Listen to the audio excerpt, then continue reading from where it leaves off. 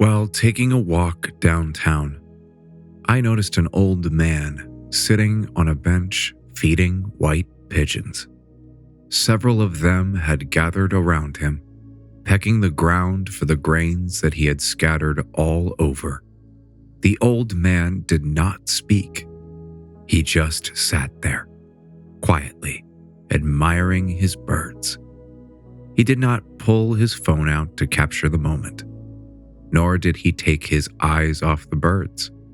He was lost in the beauty of nature. A few seconds later, a group of people passing by stopped near the pigeons and quite audibly started discussing how beautiful the pigeons were. The old man sitting there did not seem to mind the noisy intruders, but the birds did, and they flew away almost as soon as the group started talking. There was a stark difference in how the old man admired the birds and how the group did.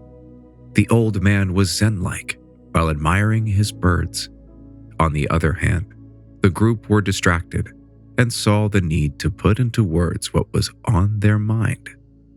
But the group of people isn't the only ones who try to verbalize everything. It is the human species as a whole that has become accustomed to putting a label on whatever it experiences.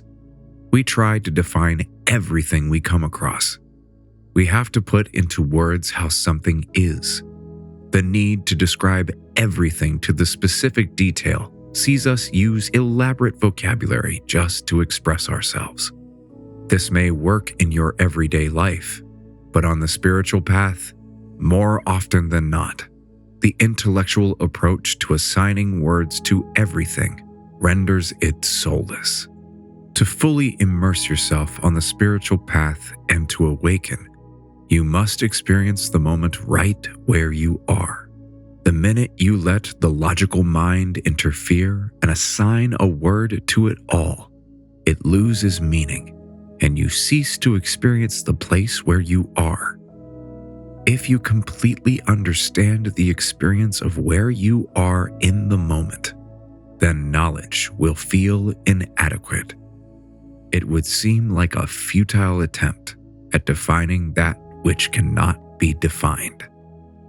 From the moment you are born to the time you leave your body, you have numerous opportunities to have a beautiful Zen-like experience while observing life. But you ruin it by letting your logical mind assign a word to it all. If you pause your knowledge from interfering with your stillness, then you elevate your consciousness to an awakened state. A famous story involving philosopher Lao Tzu explains this well. Lao Tzu used to go on long morning walks. He was usually accompanied by a friend who was accustomed to Lao Tzu's silence throughout the walk. One day, the friend asked Lao Tzu if he could bring a guest along for the walk. Lao Tzu said that he does not mind a guest coming along as long as he does not speak. The next day, the three of them set out for their morning walk. As they reached the top of the mountain, the rays of the rising sun lit the valley up. The birds began to chirp, and the flowers began to bloom. Uncomfortable with the silence, the guest said, "This is so beautiful." The next day, Lao Tzu asked his friend not to bring the guest along because he talks too much. "But he said only a few words during the entire walk," said the friend, to which Lao Tzu said, "Yes, but even that was unnecessary." Lao Tzu explained that the sun was glowing, its rays kissing the earth. The birds were waking up along with the land. It was indeed beautiful.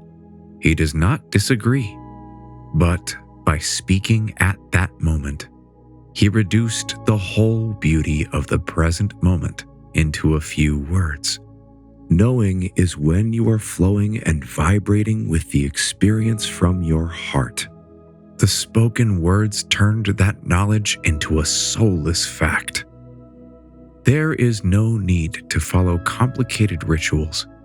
pray for a holy Messiah to save you or go through a penance. All you have to do is just be. Stay in this moment and passively observe everything with awareness. There is no need to assign labels to things. When you see the sun shining brightly through your windows, there is no need to say that it is a beautiful day. Instead, just soak in the experience. Feel the brightness of the energy and warmth hugging you. Absorb the experience. Reducing it to mere words will kill the experience. If you move about your everyday life with this kind of awareness, and it becomes the core of your very existence, then every moment you spend is filled with a sense of beauty. Your consciousness expands, waiting to explode, because you are always in the here and now. You move from a place of knowledge to a place of inherent knowing, because knowing is always in the present moment. Have you ever tried to experience the beauty around you without bringing language in? The next time you take a walk in nature and see beautiful trees, don't say anything. Just appreciate the beauty of nature. If you stand before a mighty old tree and feel the breeze rustling the leaves and the rays of rising sun filtering through the branches to you, you are left speechless. You will be overwhelmed and give in to the awe. The moment does not beg for language to be brought in to define your experience. It doesn't require you to describe the feeling. You just stay in the experience. That moment is knowing. If you live with such awareness, then everything becomes an act. You will even pass through the chaos of a busy public place as an observer, without any judgment. The noise of such a place would cease to bother you and will seem to exude a beauty of its own. When you speak, then even the words will be just noise that detaches you from that presence. Whether you are taking a walk, working, or sitting, just be aware of the moment you are experiencing. Alan Watts once said, "Zen does not confuse spirituality with thinking about God, while one is peeling potatoes. Zen spirituality is just to peel the potatoes." And so, just peel the potatoes. Make no mistake, words can be beautiful and poetic, which is why so much written and spoken content is appreciated by literary enthusiasts. But beyond a certain point, and into the realm of awakening, words fail to have meaning. They become a barrier that merely prevents you from observing things as it is, with no judgment. When you move through life with such heightened awareness, all your problems seem to diminish in their magnitude. You realize that you were in a dream state, and now that you have woken up, your fears have disappeared. The present moment is always available to you, but you have been unavailable to it all this time. The noisy group of people may not have fully understood this when looking at the pigeons, but you do now. Like the old man in our story, the next time you appreciate pigeons while sitting on a bench, just make yourself available to the moment you are experiencing, without trying to put words to it. Just be.